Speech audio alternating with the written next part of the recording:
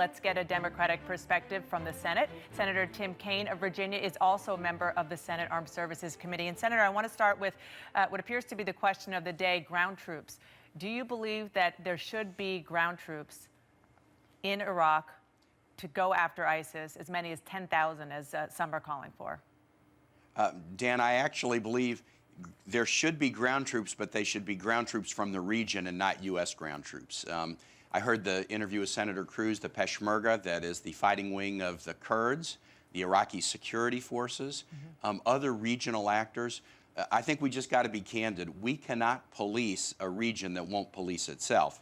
And so the ground troops need to be from the region, but the United States' strong support via the air campaign, via training and equipping, helping guide the air campaign to make that effective. That's what we should do. That's what we are doing, and we can do more of it. Wow, first let's just say that you just agreed with Senator Cruz. I'm not sure that you expected to do that on many issues. No, on this one, we're in the same place because, again, we can't police a region that won't police itself. I was with King Abdullah earlier this week, very emotional after the death of this Jordanian pilot in a horrible way. But even he said, this fight against ISIL, it is our fight. It is the region's fight. The U.S. can help us, but you can't do it for us. We've got to speak out against the regional terrorism, and it's up to us to do it. Do you agree that the U.S. is not doing enough to fund and train the Peshmerga to go ahead and help those in the region who do have the capability but need more? Well, first, Dan, I'll say we're doing a lot. Today is the 6-month anniversary of the president starting the war against ISIL with this significant American air campaign. I have visited Al Udeid Air Force Base in Qatar, where we're directing the campaign, and we've provided significant assistance to the Kurds and others, but I do think we can do more. So in terms of providing more arms and assistance to the Kurds, that's something that we should do. We should be building up the capacity, especially of the Kurds and the Iraqi security force, and also Sunni tribal leaders in Iraq, because we've been able to kind of slow the advances of ISIL in Iraq, but we have to push back and then move on to the tougher aspect of how to take the fight to ISIL in Syria. And Senator, you mentioned it's been 6 months, which is kind of hard to believe, since the airstrikes have started.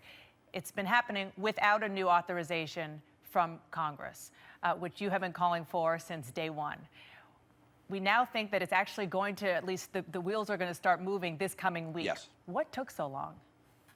Well, Dana, it is not a pretty sight, and I'm really sort of very discouraged, but frankly, both by the administration and by Congress. When the president started this war on the 8th of August, I indicated right from the start that there were not existing legal authorities from 2001 and 2002 that would justify this action. And as soon as we decided to engage in a war on ISIL, and that's what the administration has called it, Senator, Congress needed to weigh in. And what is the administration saying to you, a fellow Democrat who's been very outspoken about why they've dragged their feet so long? Well, partly because the congressional leadership went to the administration in July, both houses and both parties. And I'm sad to say this, Dana, but the leadership went to the White House and said, do what you need to do. We would rather not take this up before a midterm election. So I introduced a resolution in September authorizing limited military action against ISIL, but Congress wouldn't vote on it before the midterm.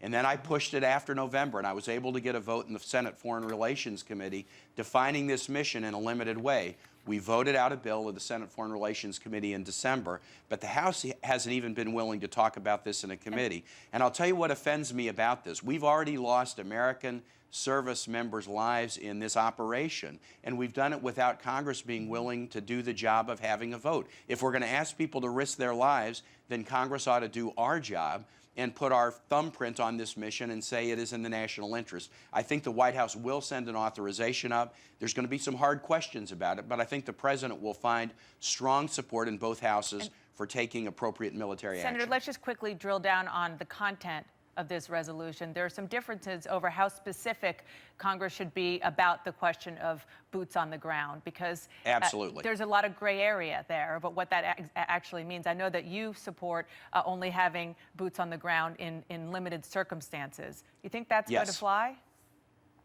Well, I think that Congress in both parties would significantly support it. You heard Senator Cruz. He's not the only Republican who has said to me that American boots on the ground is sort of a last resort. And so the resolution that I introduced that was passed, a version of it in Foreign Relations said, no combat troops except in following instances: the rescue of hostages or any Americans that are captured, some directing of the airstrike campaigns to be more effective. So I think the right answer, and there is a difference of opinion about this, but the right answer is only combat troops in limited circumstances. And then there's some other differences of opinion, too, that we're going to have to work through in hearings in the Foreign Relations Committees. Okay, well, people are looking for bipartisanship on Capitol Hill. We saw some here just this morning, unlikely bipartisanship in opposition to ground troops, but we heard it nonetheless. Senator, thank you so much for your time. Appreciate it.